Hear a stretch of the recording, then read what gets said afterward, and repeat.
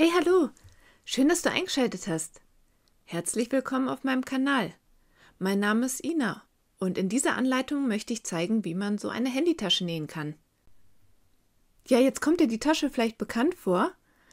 Ich habe ja schon die super beliebte Anleitung Handytasche Juno auf meinem Kanal. Das ist die und natürlich, ja, die Taschen sind gleich, aber ich habe jetzt eine zweite Größe dazu genommen. Das heißt, ich habe den Schnitt vergrößert und für größere Handys angepasst. Ich selber habe jetzt auch ein größeres Handy und das ist in der kleinen Tasche schon ziemlich eng und geht nicht mehr so locker rein und raus. Und das passt jetzt hier bei dieser größeren Tasche einfach viel besser. Auf der Rückseite ist noch ein Reißverschlussfach hinzugekommen. Das ist auch der Grund, warum ich eine neue Anleitung gedreht habe. Du kannst alle Schnittteile nach meinen Angaben im Video zuschneiden, so ist es für dich völlig kostenlos. Oder für die, die gerne mit Schnittmuster nähen, biete ich das Schnittmuster Handytasche Juno für 2 Größen in meinem Shop an.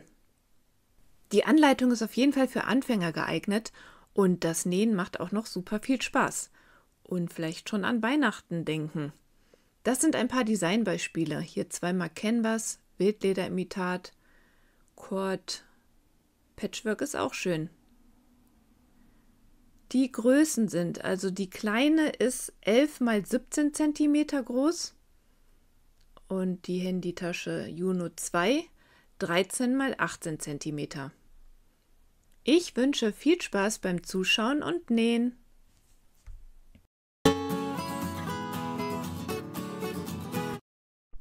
Die Handytasche lässt sich natürlich auch super aus alter Kleidung zuschneiden. Hosen, Kleider, wie man sieht, ich habe hier schon ein recht angeschnittenes Jeanskleid genommen für meinen Außenstoff. Dann kommen noch die anderen Schnittteile dazu. Das sind jetzt alle Schnittteile, die im Schnittmuster enthalten sind. So, und nun kommen die Maße für die Schnittteile. Die großen Schnittteile sind im Rechteck angegeben, die obere Kante ist ja etwas abgerundet, das müsstest du dann einzeichnen. Rechts außen ist Vlies zum Aufbügeln für den Außenstoff.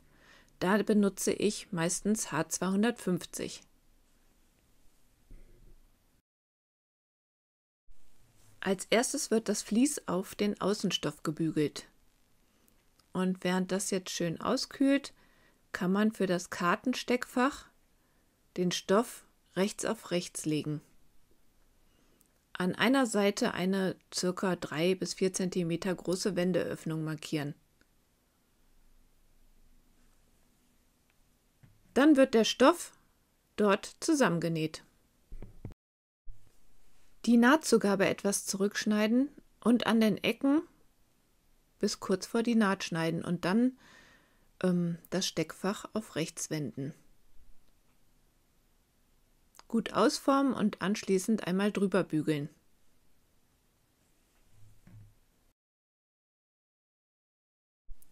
Das Steckfach kommt nun mittig auf den Futterstoff.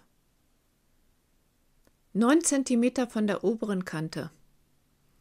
Der Stoffbruch sollte oben liegen. Dann die Tasche mit einer Nadel fixieren und dort die Wendeöffnung schon mal zustecken und dann so festnähen.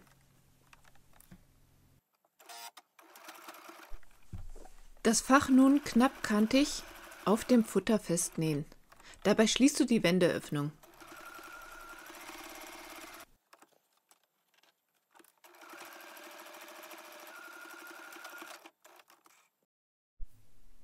Die beiden Halter für die Kordel werden so einmal in der Mitte geknickt und dann der äußere Rand zur Mitte und dann wieder aufeinander falten und knappkantig oben und unten absteppen.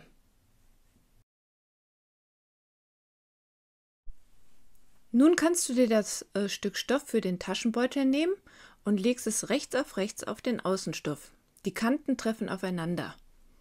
Wenn du den Schnitt hast, dann legst du ihn da drauf und kannst das Stoffstück für den Taschenbeutel mittig unter dem Rechteck für den Reißverschluss platzieren. Die obere Kante vom Taschenbeutel ist 8 cm vom Rand entfernt. Das Ganze mit ein paar Nadeln fixieren und dann das Schnittmuster wieder auflegen und das Rechteck für den Taschenbeutel abzeichnen. Das Rechteck ist 3 cm vom rechten Rand entfernt und 1 cm breit und 11 cm lang.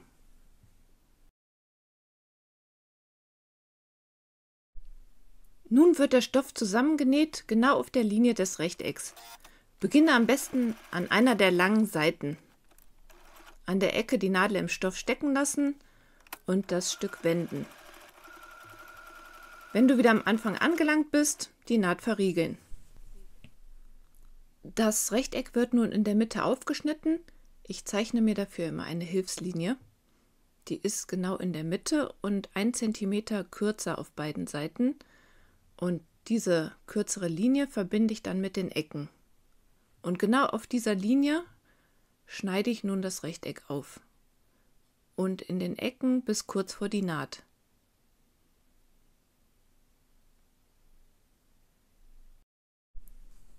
Die Kanten vom Stoff schon so ein bisschen bügeln und dann den Stoff durch die Lücke schieben und auf der anderen Seite zurechtlegen und die Kanten bügeln, sodass ein schönes Rechteck entsteht.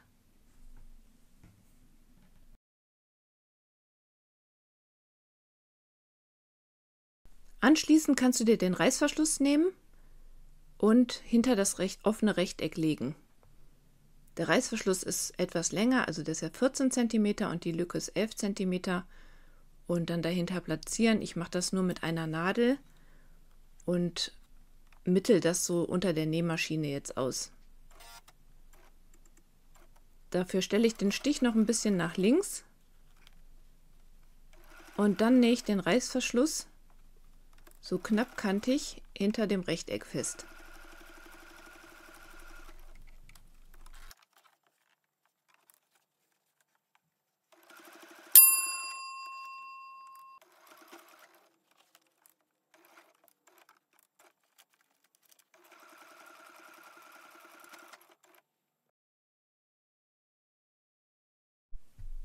Nun den überstehenden Reißverschluss abschneiden und dann den Taschenbeutel rechts auf rechts legen. Die Kanten liegen aufeinander und der Beutel wird dann an 3 Seiten zugenäht.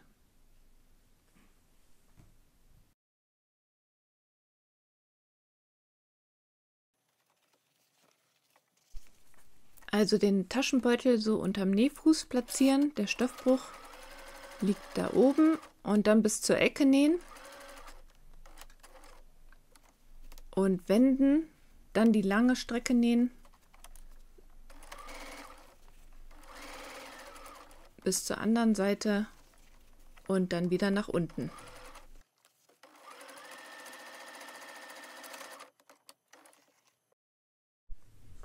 An der langen Seite also die Nahtzugabe etwas zurückschneiden und dann die beiden Stoffe rechts auf rechts legen. Die Teile aufeinander klammern, unten an der geraden, kurzen Seite eine Wendeöffnung von ca. 8 cm markieren. Dann werden die beiden Teile aufeinander genäht.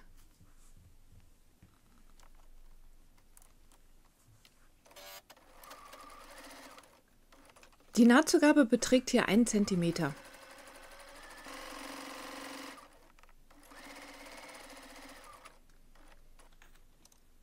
Hier an der Rundung sich ruhig etwas Zeit nehmen.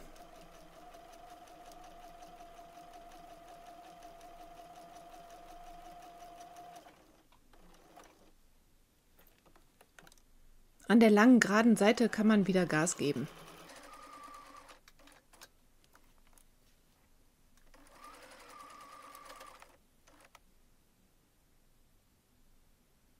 Jetzt die Nahtzugabe etwas zurückschneiden.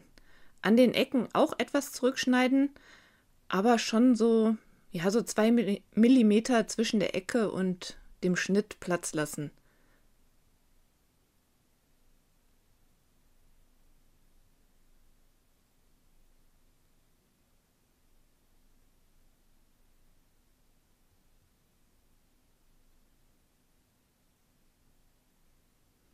An der kurzen geraden Seite bleibt die Nahtzugabe lang.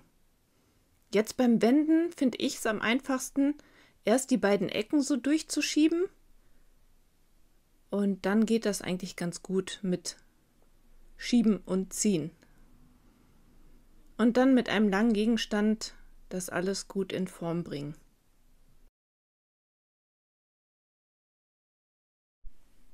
Jetzt wird wieder gebügelt.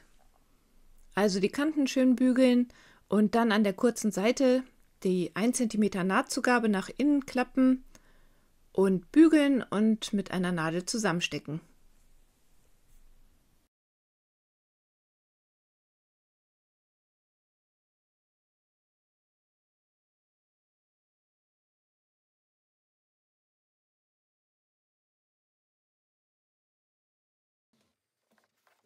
Nun die kurze Seite von rechts knappkantig absteppen.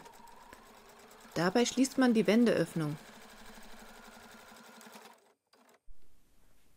Das sind die Maße, in die sich die Tasche aufteilt. Du kannst auch einfach das Schnittmuster an den gestrichelten Linien falten und dann die Tasche genauso falten. Dann am besten einmal kurz drüber bügeln. An die Kordelenden habe ich schon mal einen Knoten gemacht und nun lege ich die Kordelhalter so darum und klemme das 1 cm von oben zwischen die beiden Lagen. Da brauche ich auch nachher nichts mehr durchfädeln, da ist die Kordel schon drin.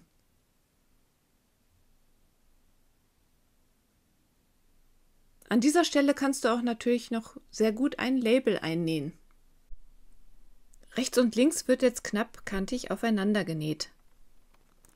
Dafür lege ich das so unter den Nähfuß und um einen Höhenausgleich zu haben, lege ich ein Stück Gurtband hinten unter den Nähfuß. Und dann ist da ja noch das Label und das ist ja halt bei dem Schnitt super praktisch. Man sieht genau, wie es sitzt, weil ja nicht mehr gewendet wird.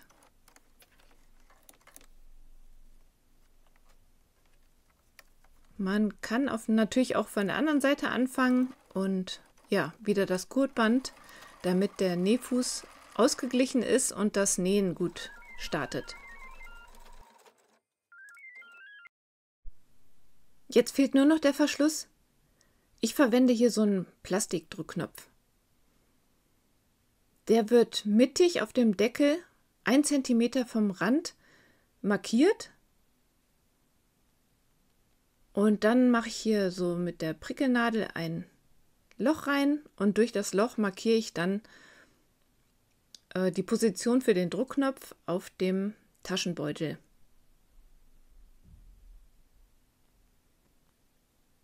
Dann den Druckknopf einsetzen und die Tasche ist fertig. Ich hoffe, meine Anleitung hat dir gefallen. Ich freue mich immer noch riesig darüber, dass so viele andere auch so gerne die Handytasche nähen. Und nun hat man mit dem zusätzlichen Reißverschlussfach auch Möglichkeit, noch andere Kleinigkeiten mitzunehmen. Natürlich freue ich mich, wenn du mir einen Daumen hoch da lässt. Und Kommentare sind auch immer willkommen. Wenn du magst, würde ich mich sehr freuen, wenn du meinen Kanal weiterempfiehlst. Vielen Dank fürs Zuschauen. Bis dann!